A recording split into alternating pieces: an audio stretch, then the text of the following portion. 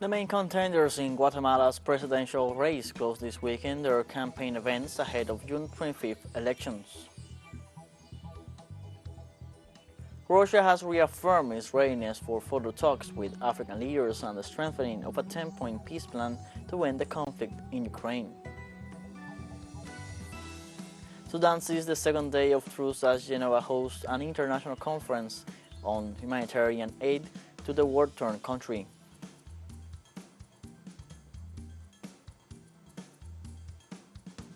Hello, welcome to From the South. I'm Luis Alberto Matos from teleSUR Studios in Havana, Cuba.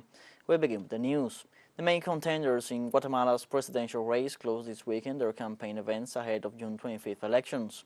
Presidential candidate Sandra Torres, widow of former President Alvaro Colom, criticized the last free government led by men who have defrauded the people and promised to reinstate the social programs that worked during Colom's government. For his part, former diplomat Edmond Mulet promised that all children in the Central American country will have their own digital devices for school. For her part, Suri Rios Sosa, daughter of the coup dictator Efrain Rios Montt, assured that the candidates excluded from the next election should have been part of the polls. Around 9.3 million Guatemalans are eligible to vote in the elections of June 25th, where besides President and Vice President, a new Congress for the period of 2024-2028 will also be appointed. Protests continue in the Argentine province of Jujuy against reforms pushed through by Governor Gerardo Morales. The protests are led by indigenous people who are demanding the resignation of the governor following the approval of a controversial constitutional reform that restricts the right to protest and violates the rights of indigenous communities. The authorities have reported more than 40 arrests and several incidents of police repression against demonstrators in several towns in the region. Local media reported that the country's Secretary of State for Human Rights, Horacio Pietragaya Coti, had traveled to the province because of the conflicts. On Monday, Argentina's education unions called for nationwide demonstrations in support to Jujuy protesters. The Executive Committee of the Confederation of Education Workers on Monday called for a national teacher strike on June 22nd to reject the repression in Jujuy, northern Argentina, and what it called the grave situation that teachers and the people of Jujuy are experiencing, a pay raise for teachers and rejection of constitutional reform. For several days now, massive protests have been taking place in the region against the provincial constitutional reform being promoted by Governor Gerardo Morales. The protests were severely repressed last Saturday.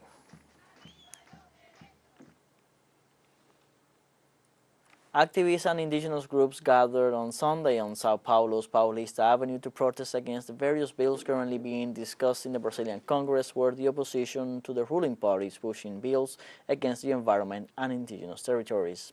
Among the bills currently under discussion, Bill 490, which has already been approved by Congress and is now being discussed by the Senate, creates a time limit of reference that threatens to dispossess indigenous peoples of territories supposedly occupied after October 1988. The measure would mean the handing over of vast territories to agribusiness, which, according to the protesters, are vital for the preservation of the environment.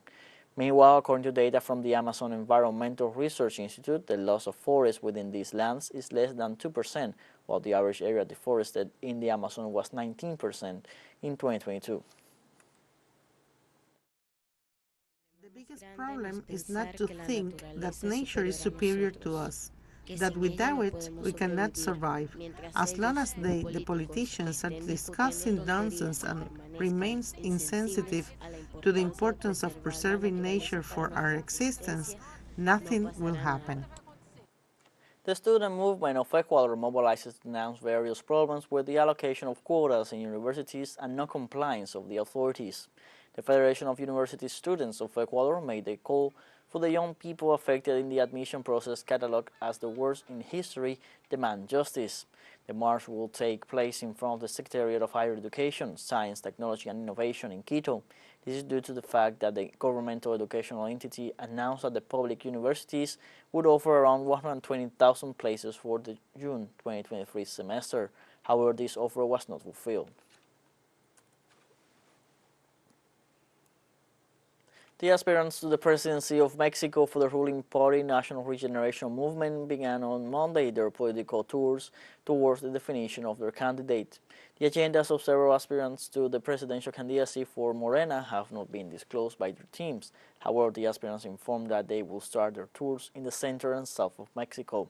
The former head of government of Mexico City, Claudia Sheinbaum, said she will visit the state of Oaxaca, while the former Secretary of Government, Adán Augusto López, will visit Puerto Vallarta in the central state of Jalisco.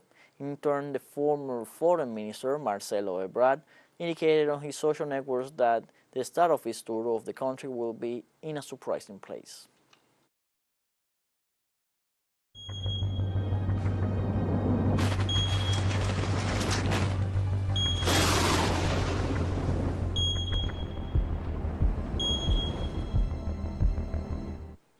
In the United States, forecasters warn people celebrating Father's Day outdoors to take precautions as triple-digit temperatures prompted heat advisories. Louisiana Governor John Bell Edwards declared a state of emergency for north and central parts of his state after strong winds and severe weather caused widespread power outages. On Sunday, more than 740,000 people were without power in Oklahoma, Texas, Louisiana, Arkansas, and Mississippi. Meteorologists said that potentially record-breaking temperatures would continue into midweek over southern Texas and much of the Gulf Coast. Storms producing damaging winds, hail, and possibly tornadoes could strike the lower Mississippi Valley. Let's take a short break, but remember you can join us on TikTok at teleSUR English, where you will find news in different formats, news updates, and much more. Other stories coming up. Stay with us.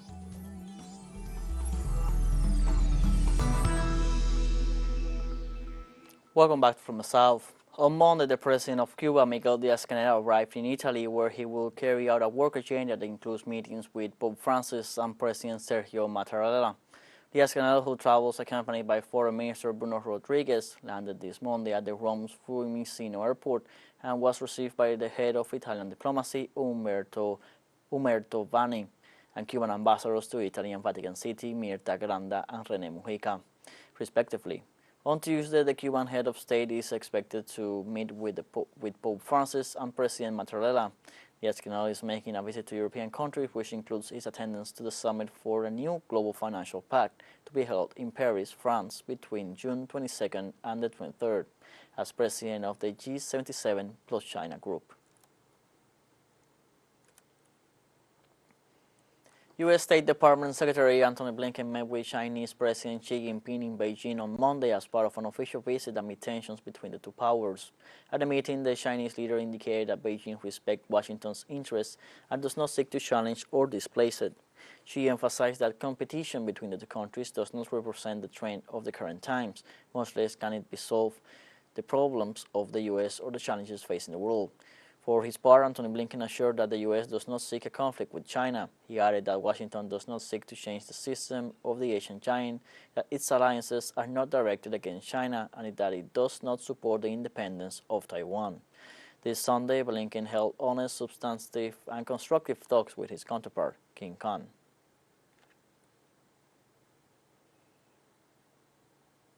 And Chinese citizens react to Blinken's visit to Beijing. State does not adhere to the 1992 consensus, we have nothing to say. It will be best for China and Taiwan to peacefully reunify. Otherwise, we can only restore to force. I think the two countries right now are like quarreling lovers. Both sides have their own personalities and interests and are not willing to compromise, but they are also quite similar in the sense that they hold quite radical positions.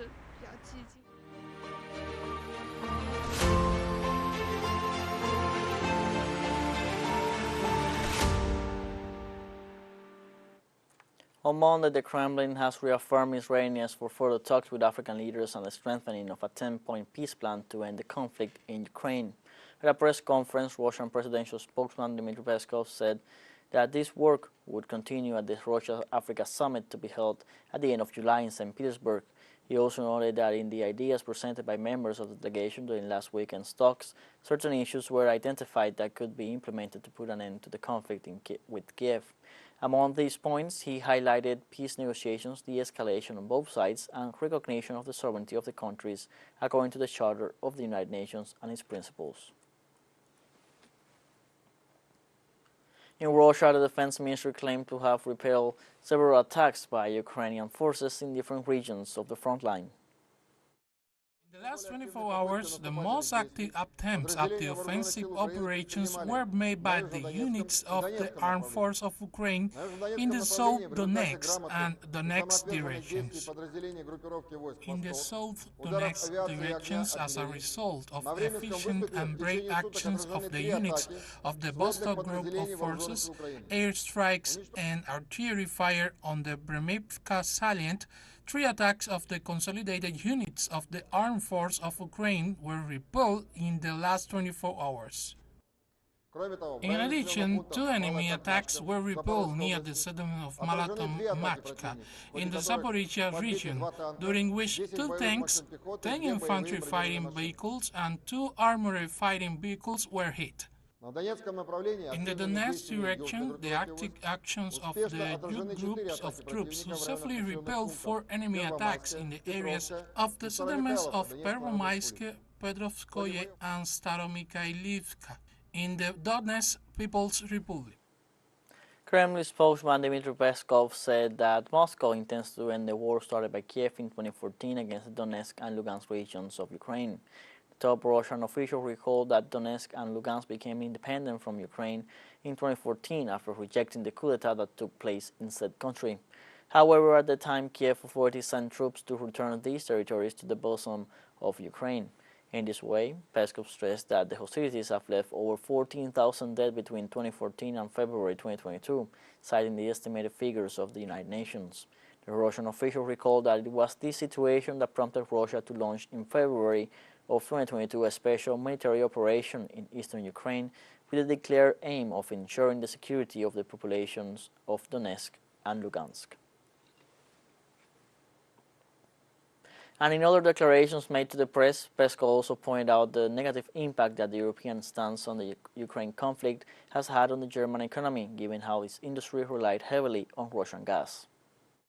Germany is stepping on its own leg and shooting itself in the foot by doing this. We all know that lovely, magical competitiveness of German industry, as it turns out, is largely based on Russian natural gas with its stability and its prices. And now that Germany has been deprived of these competitive advantages, this will have a very negative impact on its economy. teleSUR English continues to grow. You can now tune in from 33 different African countries through StarSat, dial 461 and enjoy our Latin American alternative broadcasts. One final short break, we'll be right back. Don't go away.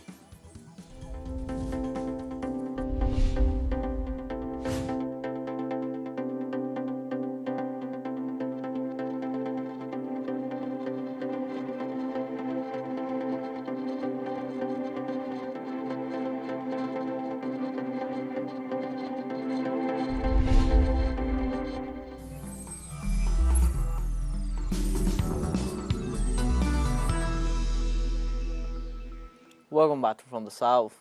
Monday marks the second truce day in Khartoum, the capital of Sudan, as Geneva hosts an international conference on humanitarian aid to the war-torn country. Air raids and artillery bombardments have ceased on the capital, whose inhabitants are surviving in sweltering heat, without electricity and often without running water. The army, commanded by General Abdel Fattah al-Burhan, and the paramilitaries of General Mohamed Hamdan Dagalo's rapid support forces are respecting this new truce, whereas a dozen others had been systematically violated. Both sides have pledged to cease all movements to allow humanitarian aid into this East African country, one of the poorest in the world. But medicines and foodstuffs are still in short supply, as humanitarian organizations are finding it difficult to move around and air freight as consignments are often blocked at customs. UN Secretary General Antonio Guterres has expressed his deep regret at the grave humanitarian crisis in Sudan. The speed of Sudan's descent into death and destruction is unprecedented. Without strong international support, Sudan could quickly become a locus of lawlessness, radiating insecurity across the region. I am particularly concerned by reports of gender-based and sexual violence and by the ethnic dimension of the violence in Geneina.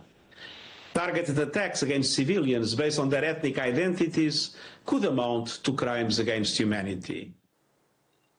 Kenya and the European Union signed a trade agreement on Monday at a ceremony in Nairobi, the first major deal since 2016 with an African country where Brussels is seeking to forge closer economic ties and counter Chinese advances.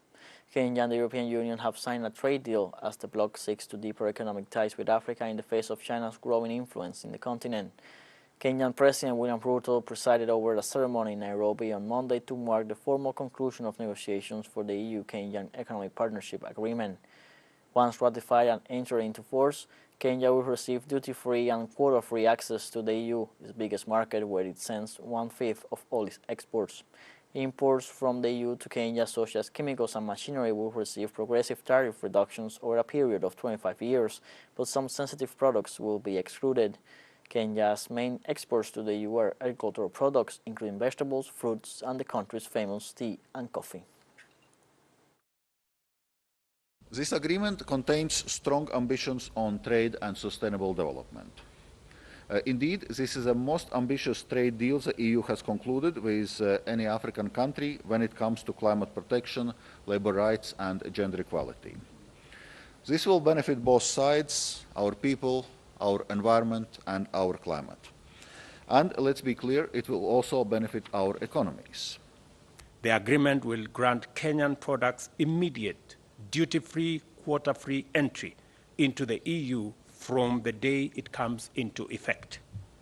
And in recognition of our varied stage of progress along the development journey, products from the EU will progressively receive duty reductions over a period of 25 years.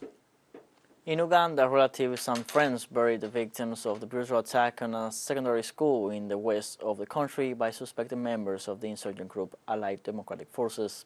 In addition to the 38 students, the victims include a school guard and 3 civilians. At least 2 of them, members of the same family, were buried this Sunday. Some youth were burned and others shot or hacked to death after militants armed with guns and machetes attacked the Lubirihira Secondary School, 2 kilometers from the border with the Democratic Republic of the Congo. Authorities believe that at least 6 students were abducted and taken as porters into the neighboring country. Ugandan authorities claim that Friday's attack in Pondwe town near the border with the Democratic Republic of the Congo was done by the Allied Democratic Forces, a rebel group that has pledged allegiance to ISIS.